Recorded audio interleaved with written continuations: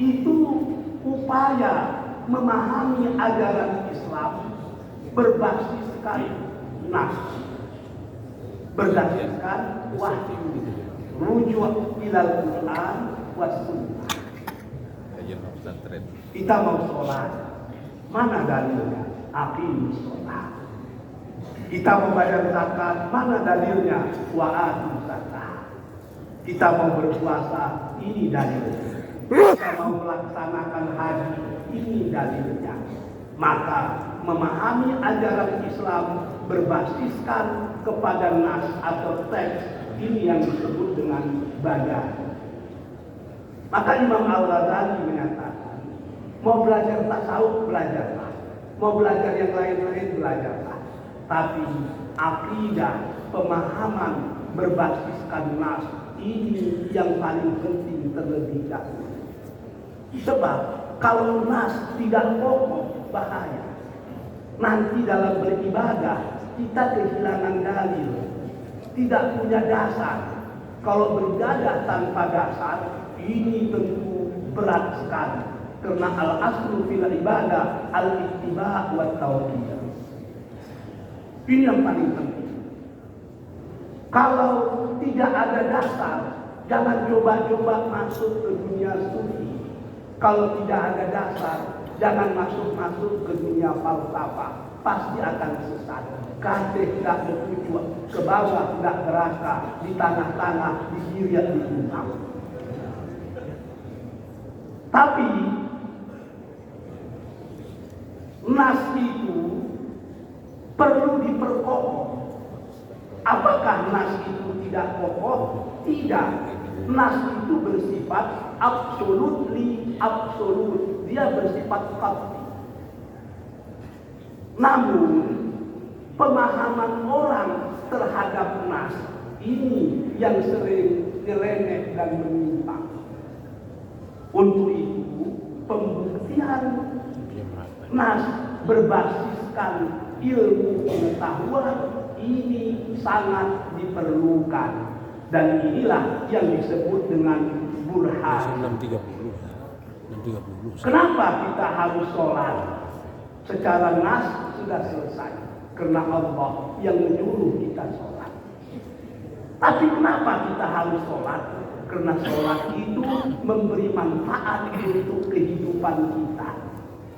Penemuan di Harvard hari ini yang menyatakan bahwa semua gerakan dalam sholat itu sangat besar manfaatnya terhadap kesehatan manusia, itu perlu diekspos agar orang sadar bahwa gerakan-gerakan sholat yang memang bersifat istinbat itu bukan sekedar gerakan, tapi memiliki kemaslahatan untuk orang yang sholat itu sendiri.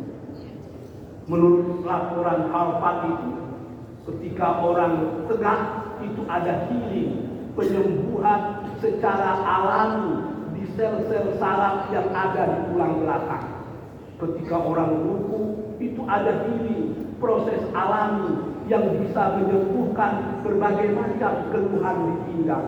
Ketika orang sujud, pada waktu itulah air and blood circulation berjalan secara optimal di otak manusia, sehingga orang yang rajin sujud menurut penelitian itu kecil sekali kemungkinan terkena penyakit stroke.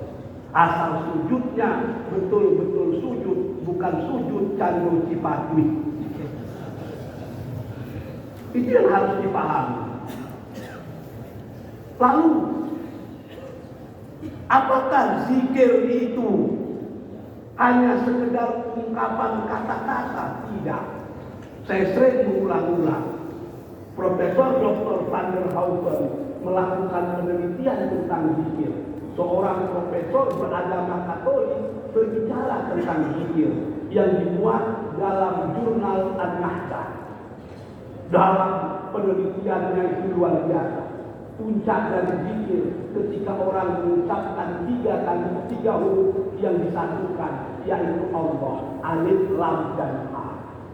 Ternyata ketika orang menyebutkan kata-kata Allah, huruf yang pertama alif, a, itu berfungsi Secara ilmu refleksologi, ketika lidah mengucapkan Allah, ada getaran dari lidah menuju otak yang mestinya menenangkan otak. Huruf yang kedua lam, Allah, Allah. Ketika orang menyebutkan huruf lam, lidah berada di langit-langit, ada gerakan refleksologi dari lidah menuju paru-paru yang mestinya melapangkan saluran pernapasan dan obat alami untuk orang yang terkena penyakit asma, bukan asmara.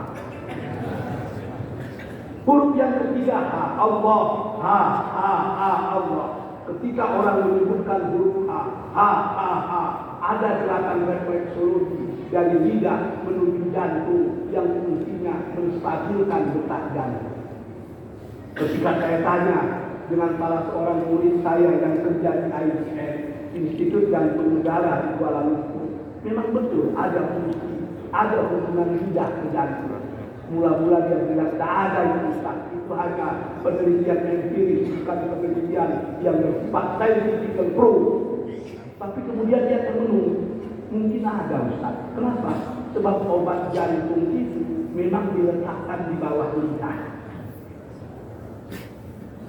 Sehingga Profesor Van der Hausen menyatakan, kalau orang rajin berzikir, Allah, Allah, la ilaha illallah, subhanallah, astagfirullah, alhamdulillah, macam-macam kalimat zikir, baik tahlil, takbir, tasbih, dan seterusnya, maka itu sesungguhnya bisa menyehatkan tubuh manusia, otaknya tenang, paru-parunya lapang, dan jantungnya berdetak stabil. Maka orang seperti ini tidak akan pernah terkena penyakit jiwa.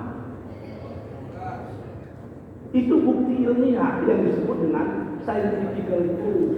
Maka bukti-bukti itu bisa dijadikan alat untuk memperkokoh wahyu. Karena tidak semua orang yang bisa beriman dengan wahyu ansih, kebanyakan mereka baru beriman ketika dijelaskan berbasiskan ilmu pengetahuan. Wahyu bersifat fardhi, tapi akal perlu menjelaskan orang tentang kepastian wahyu. Ini yang disebut dengan burhan. Yang ketiga, yang terakhir adalah irfan.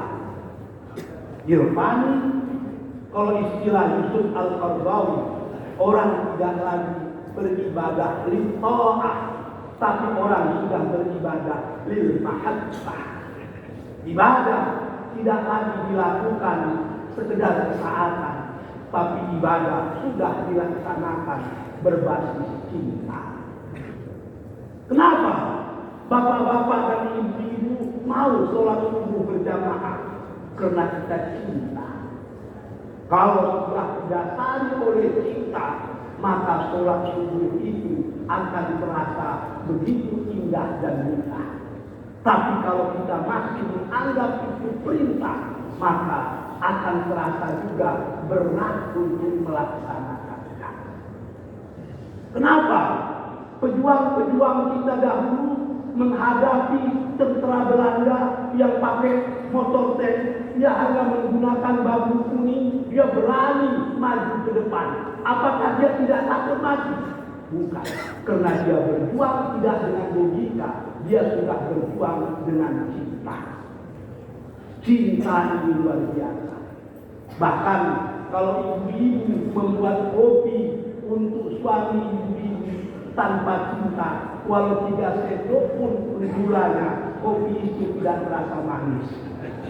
Tapi kalau ibu-ibu membuat kopi untuk suami ibu-ibu berbasis cinta, air mudah saja sudah membuatnya manis.